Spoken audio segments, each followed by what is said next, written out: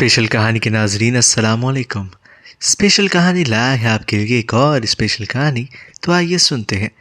एक बैंक डकैती के दौरान डकैत ने चीख कर सबसे कहा, कोई भी हिले मत, चुपचाप ज़मीन पर लेट जाए, रकम लोगों की है और जान आपकी अपनी है। सब चुपचाप ज़मीन पर लेट गए, कोई अपनी जगह से नहीं हिला। इसे कहते हैं माइंड चेंज कॉन्सेप्ट, सोच बदलने वाला तस्वुर। एक खातून कुछ वाहियात अंदाज में ज़मीन पर लेटी हुई थी। एक डाकू उससे बोला, तमीज़ से लेटो, यहाँ डकैती हो रही है, रेप नहीं हो रहा। इसे कहते हैं फोकस। बस वही काम करें जिसके लिए आपको ट्रेन किया गया है।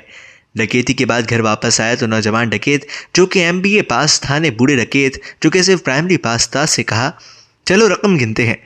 तुम तो पागल हो गए हो, इतने ज़्यादा नोट कौन गिने? रात को खबरों में सुन लेना कि हम कितना माल लूट कर आए हैं। इसे कहते हैं तजुर्बा, जो कि आजकल डिग्रियों से ज़्यादा अहमियत का हामिल है। जब डाकू बैंक से चले गए तो मैनेजर ने सुपरवाइज़र से कहा कि पुलिस को फ़ोन करो।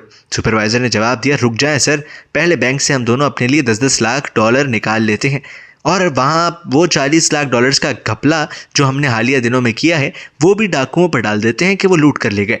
इसे कहते हैं वक्त के साथ एडजस्ट करना, मुश्किल हालात को अपने फ़ायदे के मुताबिक इस्तेमाल कर लेना। मैनेजर हंसकर बोला, हर महीने एक डकैती होनी चाहिए। इसे कहते हैं बोरियत ख़त्म करना। ज़ाती मफाद और खुशी जॉब से ज़्यादा अहम होते हैं।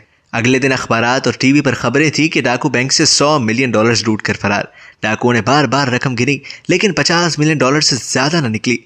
बूढ़ा डाकू गुस्से में आ गया और चीखा, हमने असला उठाया, अपनी जानें रिस्क पर लगाई और $50 मिलियन लूट सके। और बैंक मैनेजर ने बैठे बैठे चंद उंगलियां हिलाकर $50 मिलियन लूट लिया। इससे पता चलता है कि तालीम कितनी ज़रूरी है। हमको चोर नहीं, पढ़ा लिखा होना चाहिए। इसे कहते हैं इल्म की कीमत सोने के बराबर होती है।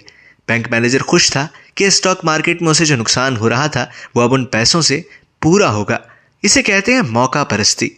आखिर में बस एक सवाल, कौन है असल डकैत?